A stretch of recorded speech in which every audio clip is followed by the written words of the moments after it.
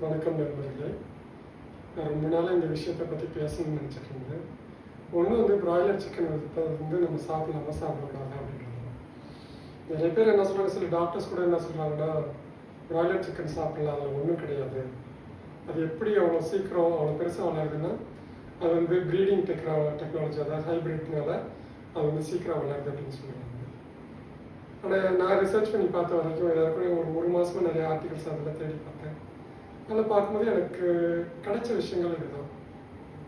ஒன்று, ஒரே ஒரு கேள்வி தான், ஏன் வந்து இந்தியாவோட பிராய்லர் சிக்கன் வந்து அமெரிக்காவுக்கும், அதாவது வட அமெரிக்காவுக்கும் ஐரோப்பாவுக்கும் ஏன் எக்ஸ்போர்ட் ஆகுறதில்ல? ஏன்னா அவங்களாம் ஸ்ட்ரிக்டான ரூல்ஸ் வச்சுருக்காங்க. ஆன்டிபயோட்டிக் ரெசிஸ்டண்ட்டான பிராய்லர் சிக்கன் வந்து அவங்க கண்ட்ரிக்குள்ளே வரக்கூடாது அப்படின்னு. ஏன் அப்படின்னா, இந்தியாவில் வந்து நிறையா பிராய்லர் சிக்கனுக்கு வந்து அதனுடைய சாப்பாட்டிலே வந்து ஆன்டிபயோட்டிக் போட்டு தான் வளர்க்குறாங்க. ஏன் ஆன்டிபயோட்டிக் போடணும்? நீங்கள் கோழிப்பண்ணைகளை பார்த்துருப்பீங்கன்னு நினைக்கிறேன்.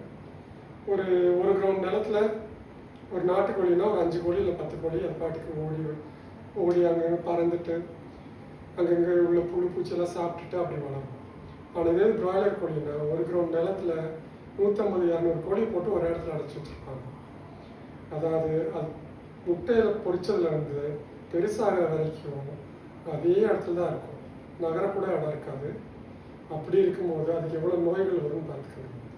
உதாரணத்துக்கு நீங்கள் ஒரே இடத்துல பிறந்து வளர்ந்து வரும்போது உங்களுக்கு சுகர், பிபி, நோய் எதிர்ப்பு சக்தி குறையிறதுனால நிறைய பாக்டீரியல், வைரல் இன்ஃபெக்ஷன்ஸ் எல்லாமே வரும்.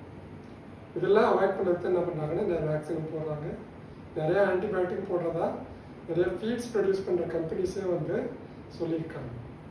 அப்படி இருக்கும்போது இது நம்மளுக்கு என்ன ப்ராப்ளம் பார்த்தீங்கன்னா, இந்த ஆன்டிபயோட்டிக்லாம், அதாவது நோய் எதிர்ப்பு சக்தியை, நோய் எதிர்ப்பு என்ன சொல்கிறது, அந்த கிருமிகளை அழிக்கக்கூடிய கிருமி நாசினிகள்லாம் சிக்கனோட பாடிக்குள்ளே போய் சிக்கனோட மசில்ஸ்குள்ளே போயிடுது. அதை சாப்பிடக்கூடிய நம்மளுக்கு என்ன ஆகும்னா, நம்மளுடைய தசைகளுக்குள்ளேயும் அதே ஆன்டிபயோட்டிக் வருது. இதை வந்து நம்ம பயாலஜிக்கல் மேக்னிஃபிகேஷன் அப்படின்னு சொல்கிறோம். இப்படி இருக்கிறதுனால என்ன ஆகும்னா, நம்மளுக்கும் அந்த ஆன்டிபயோட்டிக் யூஸ் பண்ணாதான் நோய் சரியாகணும் ஒரு நிலைமை வந்து. ஒரு சாதாரண ஆன்டிபயோட்டிக் போட்டால் நம்மளுக்கு கேட்காது.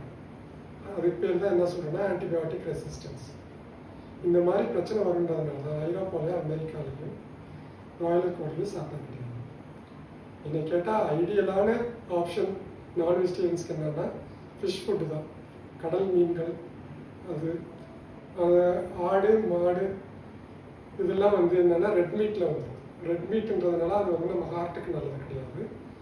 ஆனால் பிராய்லர் சிக்கன் அவாய்ட் பண்ணிவிட்டு நாட்டுக்கோழி சாப்பிடலாம், காடை சாப்பிடலாம். காடை ஏன் சாப்பிட்லான்னா, அதுக்கு நேச்சுரலாகவே நோய் எதிர்ப்பு சக்தி அதிகம், அதுக்கு ஆன்டிபயோட்டிக் யூஸ் பண்ண வேண்டிய தேவைகள் கம்மி, அதனால தான் சாப்பிடலாம். இதை பற்றி நீங்களும் இன்னும் ரிசர்ச் பண்ணுங்கள். நீங்களும் கொஞ்சம் சிந்திச்சு பாருங்கள், மற்றவங்க சொல்கிறத மட்டும் நம்பி யோசிக்காங்க. பேசிக்கான விஷயங்கள். இந்த பதிவு உங்களுக்கு பயனுள்ளதாக இருக்குன்னு நினைக்கிறேன். இன்னொரு பதிவு சந்திப்போம். நன்றி.